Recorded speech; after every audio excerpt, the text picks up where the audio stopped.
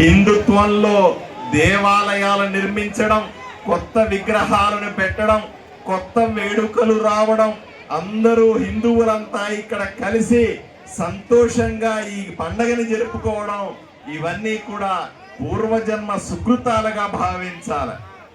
ఈరోజు ఇంకొక విషయాన్ని కూడా మీరు అర్థం చేసుకోవాలి. ఇంత పెద్ద కార్యక్రమాన్ని, ఇంత పెద్ద విగ్రహాన్ని ఏర్పాటు